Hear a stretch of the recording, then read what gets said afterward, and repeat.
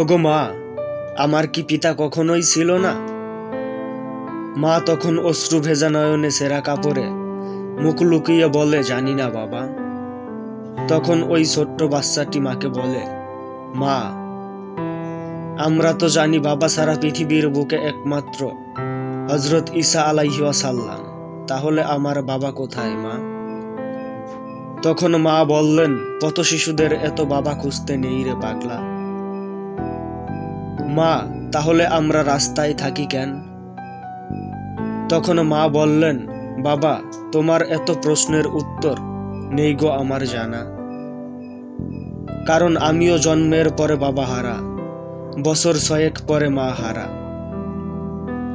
পাইনি কখনো কারো আদর, চিনি না স্কুল, চিনি না মসজিদ, চিনি না মন্দির। কি আমার পরিচয়, কি আমার ধর্ম, তাও আমি জানি না।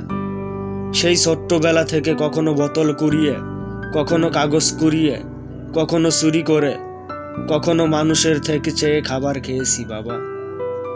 আবার কখনো কখনো এক মুঠো খাবারের জন্য মার খেয়েছি বাবা। আবার নিজেদের ভিতরেও খাবার নিয়ে মারামারি করেছি। খোলা আকাশের নিচে সারা রাত বৃষ্টিতে ভিজেছি। মানুষের বাসার সামনে গেলে দূর দূর করে তাড়িয়ে দিছে। আষাঢ়ের ঘন কালো বৃষ্টির দিনে 3 দিনে এক মুঠো ভাতও খেতে পারিনি বাবা। মা বুকে চাপা কান্না নিয়ে বলে, এর বাইরে আমি আর কিছুই জানি না বাবা।